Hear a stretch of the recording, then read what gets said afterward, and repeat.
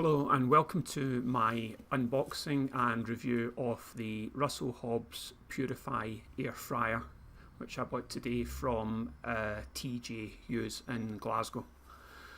So I'd been after one of these for a couple of weeks and I'd seen reviews on YouTube, so I thought I'd buy one, and this is me just opening it up.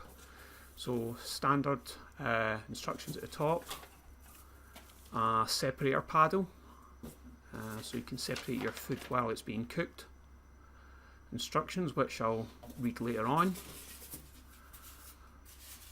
Polystyrene, which I'll get rid of just now. And here's the machine itself, which is just a one-piece sort of unit.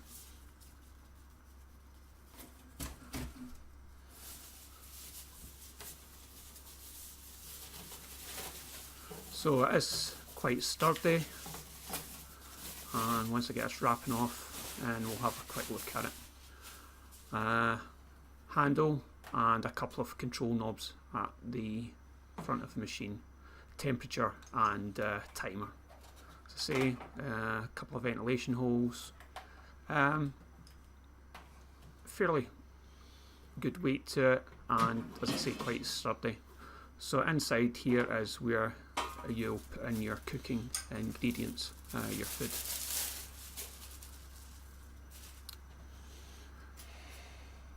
So a mesh sort of dish, and as I say, quite sturdy, and then the pot as well.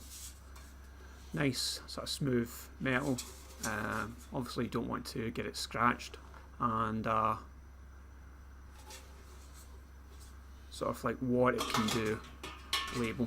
So put it back together and we'll get cracking and we'll try and cook some things in it. Again, a little sort of separator pad, which is some sort of heat resistant plastic.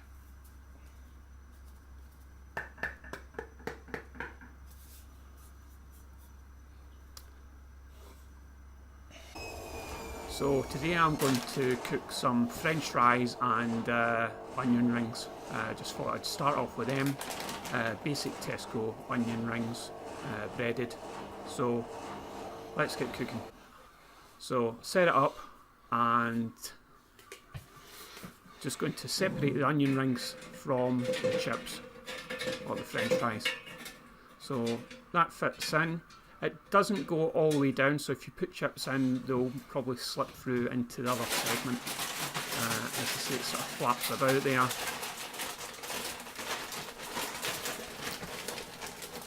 Excuse me while I get about 10 or so onion rings in this side of the machine.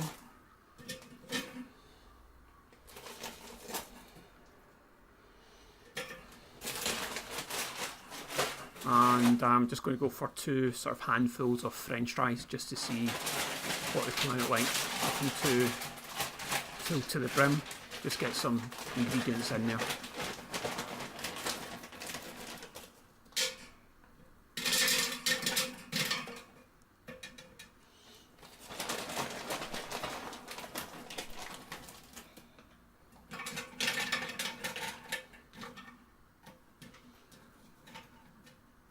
As I say, you do notice there's a bit of bad quality control by McCain, so a bad chip there, so throw that in the bin.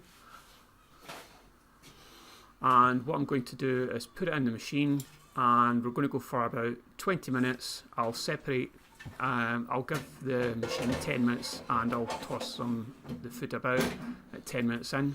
But I've put it up at around about 190 degrees here.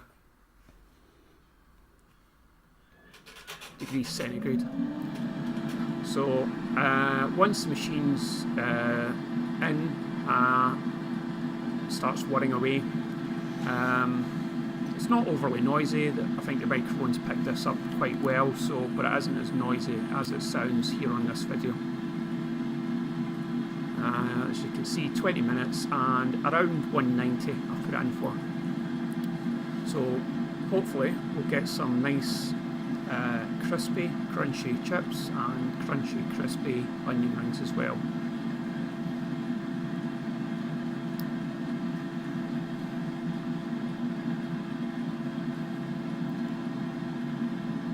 As I say, it looks basic and hopefully it'll do the job.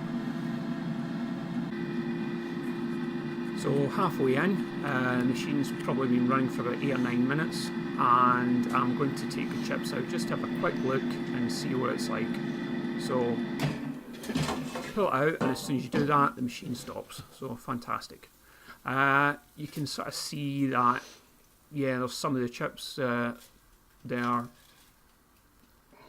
a little bit still not cooked or not golden, but they are quite firm, so if not, they have cooked to a certain degree. Onion rings are a bit hot, and they actually look and feel quite firm. So even though these are cooked from frozen, they look quite good already. So I'm just going to move them about a bit with a plastic spatula because I don't want to scratch any of the metal paintwork or metal material. And I'll just put these back in for another 8 minutes. What I meant to do previously was put some maybe oil on these. The onion rings look fine, so I'm not going to put oil on those. But I'm going to put some oil, some spray oil on the chips, which I'm just using one of these pure sunflower oil sprays, and I'm just giving it about 6 scooshes. So nothing overly heavy, just to help them along a bit. And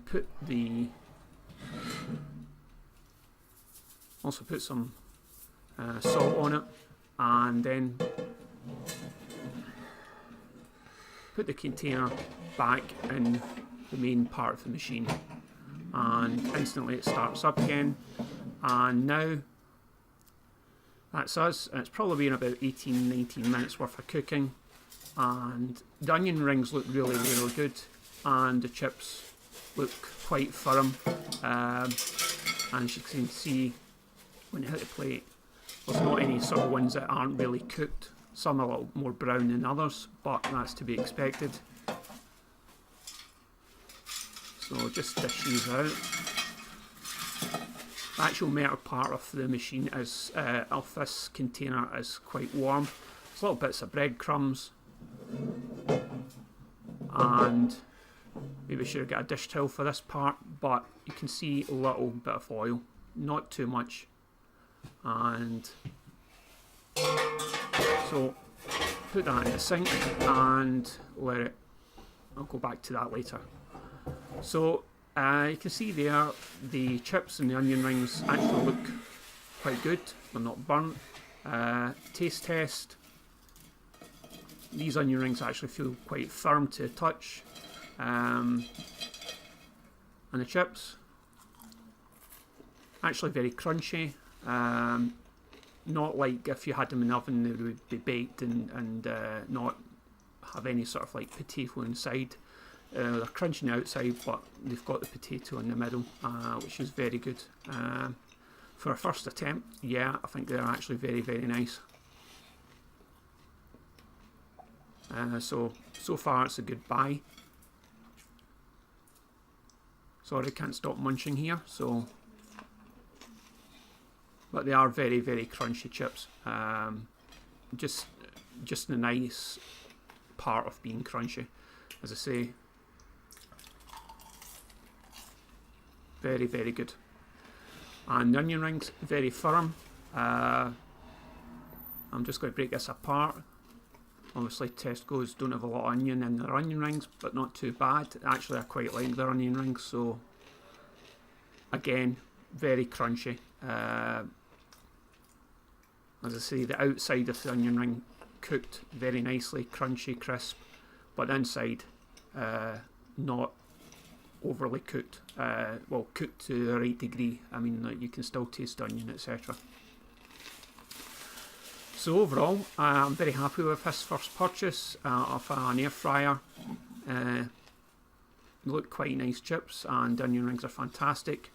So it would be a thumbs up from me. The only thing I would probably do differently, I would probably add a little spraying of oil, and when you first use a machine, I would always start it, cook it for maybe about 5 minutes before adding your food to it. So if you like what you saw, please subscribe to my channel or put a thumbs up. Thanks so much. Bye for now.